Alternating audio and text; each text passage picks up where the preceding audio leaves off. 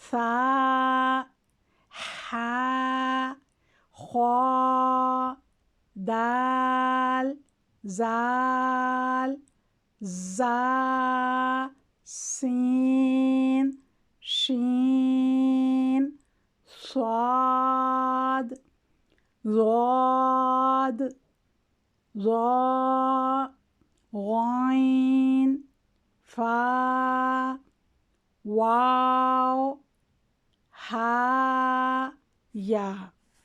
متوسطہ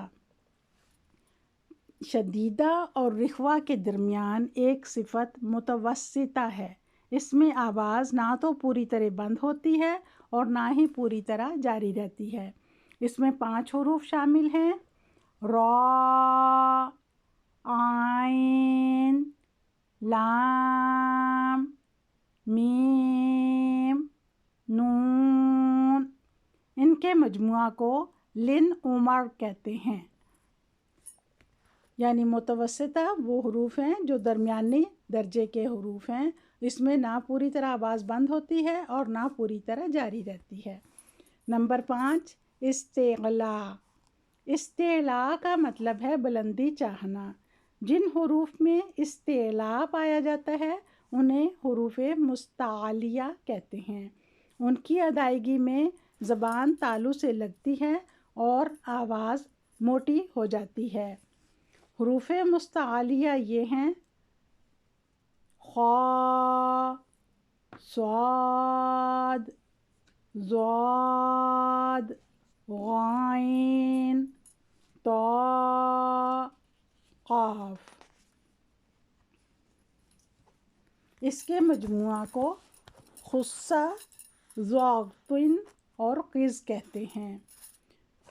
اب ہیں حروف استفعال۔ یہ صفت نمبر 6 ہے۔ وہ حروف جو استعلاء کی ضد ہیں یا اس کے برعکس ہیں ان کو حروف استفعال کا نام دیا گیا ہے اور اسے حروف مستفعلہ کہتے ہیں۔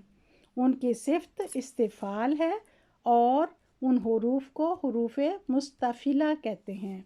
ان کے لیے زبان کی جڑ تالو کی طرف نہیں اٹھتی، اس لیے ان کی آواز میں باریکی پائی جاتی ہے۔ تو حروف مستفعلہ یہ ہیں: با، تا، ثا، جیم، ہا، دال، زال، را، زا، سین، شین، عین، فا، قاف۔ اس کے بعد نمبر 7 ہے اطباق۔ جن حروف کو ادا کرتے ہوئے زبان کا درمیانی حصہ تالو سے چپک جاتا ہے ان حروف میں اطباق پایا جاتا ہے۔ اطباق سے مراد ایک چیز کو دوسری چیز پر منطبق کر دینا ہے۔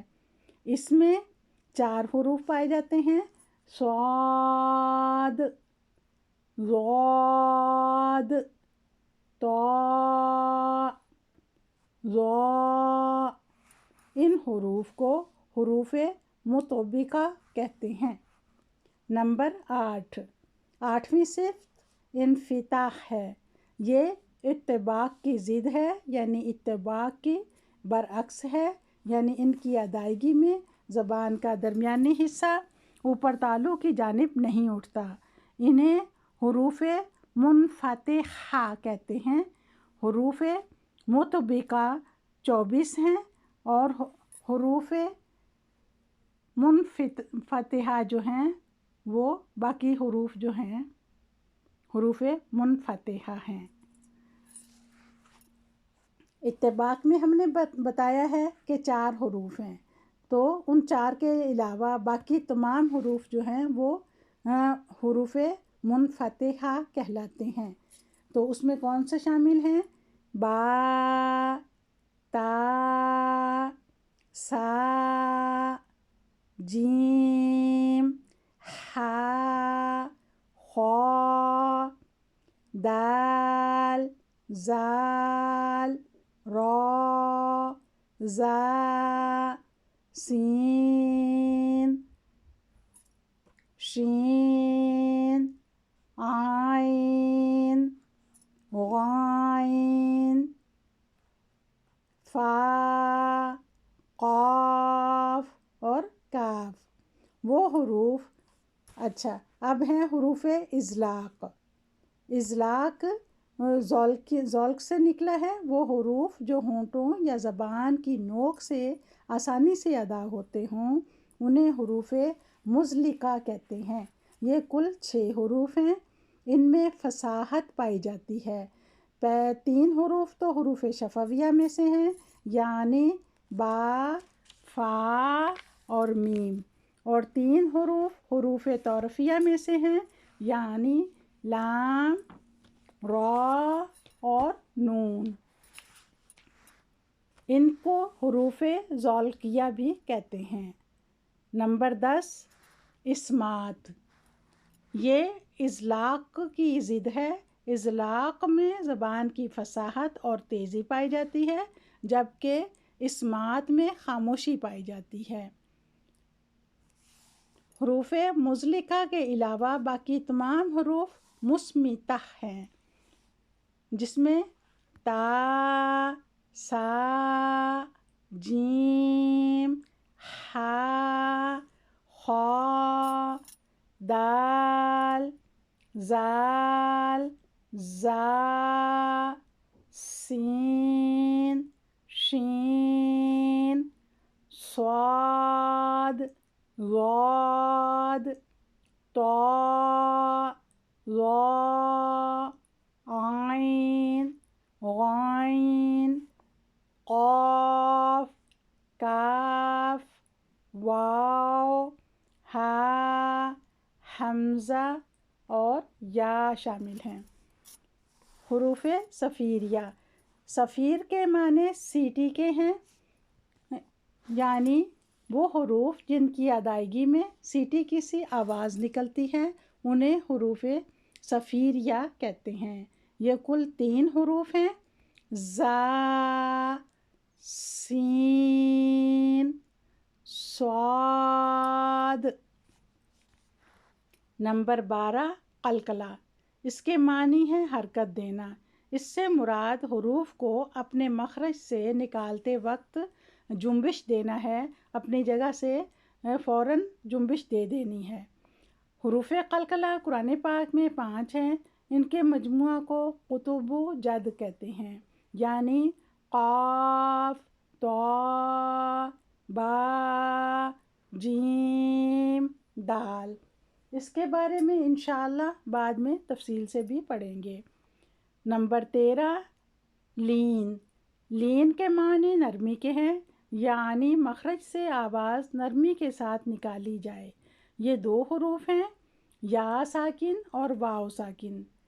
جب ان سے پہلے فتحہ ہو تو آواز کو نرمی سے موڑتے ہوئے ادا کرتے ہیں. اس کا تفصیلی ذکر انشاءاللہ اگلی ویڈیو میں ہوگا.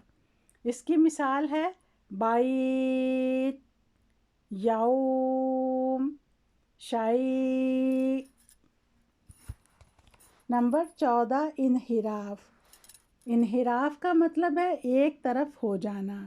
اس میں 2 حروف شامل ہیں را لام. را کو جب ادا کرتے ہیں تو زبان کی پشت کی طرف رجحان پایا جاتا ہے را، جبکہ لام کی ادائیگی میں زبان کے کناروں کی طرف رجحان پایا جاتا ہے لام. تو چونکہ ان کا رجحان ایک سائیڈ پہ ہے، ایک سائیڈ کو جھکا ہوا رجحان ہے، اس لیے اس کو انحراف کہتے ہیں.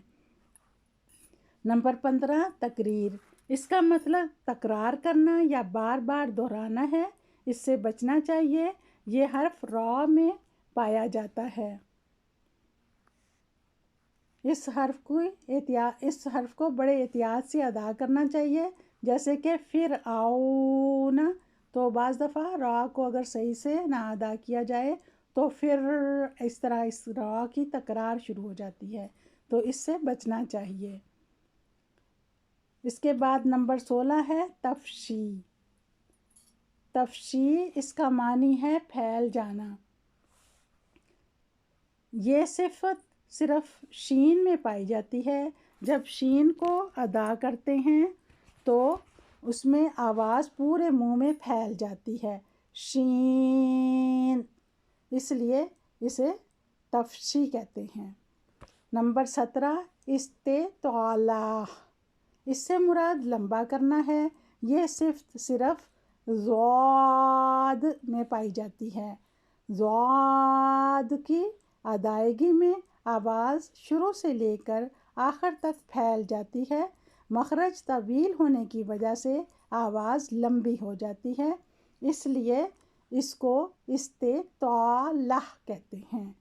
ضاد، کیونکہ جب ہم اس حرف ضاد کی ادائیگی کرتے ہیں تو ہماری زبان کی سائڈیں پیچھے والی اوپر کی دائیں طرف کی یا بائیں طرف کی تاڑوں کو ٹچ ہوتی ہیں، تو وہاں سے آواز شروع ہوتی ہے اور منہ تک آتی ہے، تو یہ خاصی طویل آواز ہو جاتی ہے، اس لیے اس کو استطالہ کہتے ہیں۔